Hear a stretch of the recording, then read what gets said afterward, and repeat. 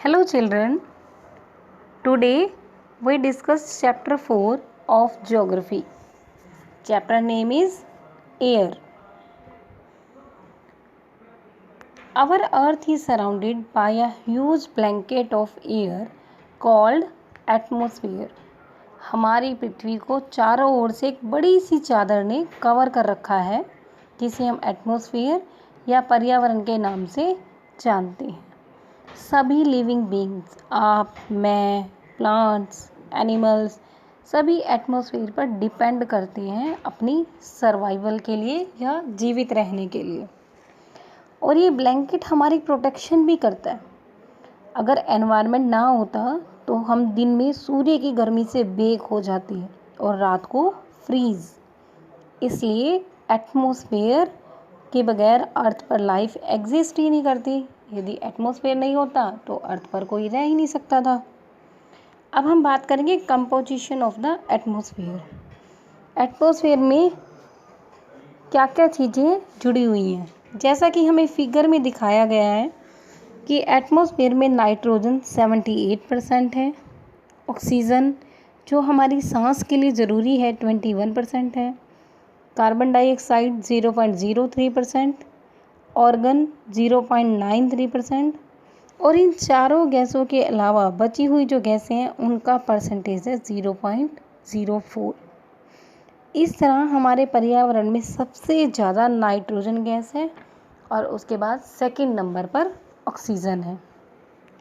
इसी पेज पर blue box में हमें अच्छी सी इंफॉर्मेशन दी हुई है, उसे रीड करेंगे। कार्बन डाइऑक्साइड जो रिलीज़ होती है एटमॉस्फेयर में वो क्रिएट करती है ग्रीन हाउस इफ़ेक्ट। अब ये ग्रीन हाउस इफ़ेक्ट है क्या?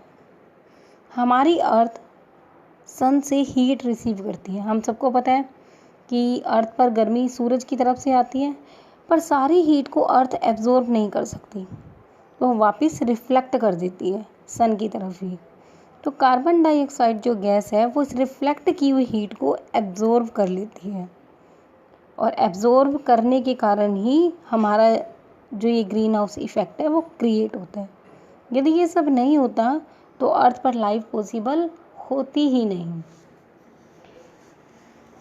अब हम फैक्ट्रीज़, कार, बाइक्स इन सब के कारण कार्बन डाइऑक्साइड जो एक्स्ट्रा है वो रिलीज़ हो रही है। एटमॉस्फेयर में जितनी चाहिए उससे भी ज़्यादा रिलीज़ हो रही है ये, जिससे कि अर्थ का टेम्परेचर बढ़ रहा है। This is called global warming. अब ग्लोबल वार्मिंग मीन्स पूरी दुनिया गर्म हो रही है। ग्लोबल मीन्स पूरी दुनिया और वार्मिंग मीन्स गर्म हो रही है। ग्लोबल वार्मिंग के कारण ही अर्थ के पोल्स पर बर्फ़ पिघल रही है, जिससे सी लेवल राइज हो रहा है। बारिश कहीं कम कहीं ज़्यादा हो रही है और ये ज़्यादा से ज़्यादा पेड़ों को काटने के कारण भी हो रही है, क्योंकि पेड़ क्या करते हैं, कार्बन डाइऑक्साइड एब्जॉर्ब करते हैं और ऑक्सीजन रिलीज़ करते हैं और पेड़ों के कारण से ही बारिश होती है। लेकिन अब ग्लोबल वार्मिंग के कारण से सारा एटमॉस्फेयर का जो बैलेंस है वो ख़राब हो रहा है। कहीं टेम्परेचर कम है, कहीं पे ज़्यादा है।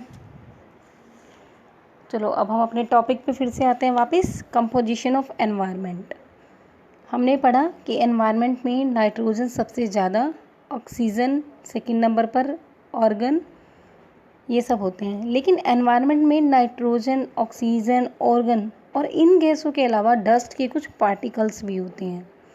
जब हम इनहेल करते हैं, सांस लेते हैं, तो नाइट्रोजन का कुछ पार्ट हमारे लंग्स में भी जाता है और जब हम एक्सहेल करते हैं, सांस बाहर की तरफ निकालते हैं, तो नाइट्रोजन का कुछ पार्ट बाहर भी निकलता है। और ये ना सिर्फ ह्यूमन बींग्स के लिए बल्कि प्लांट्स के लिए भी नाइट्रोजन बहुत इम्पॉर्टेंट होती है। तो आज हम इतना ही डिस्कस करेंगे चैप्टर, बाकी का चैप्टर नेक्स्ट टाइम करेंगे। ओके।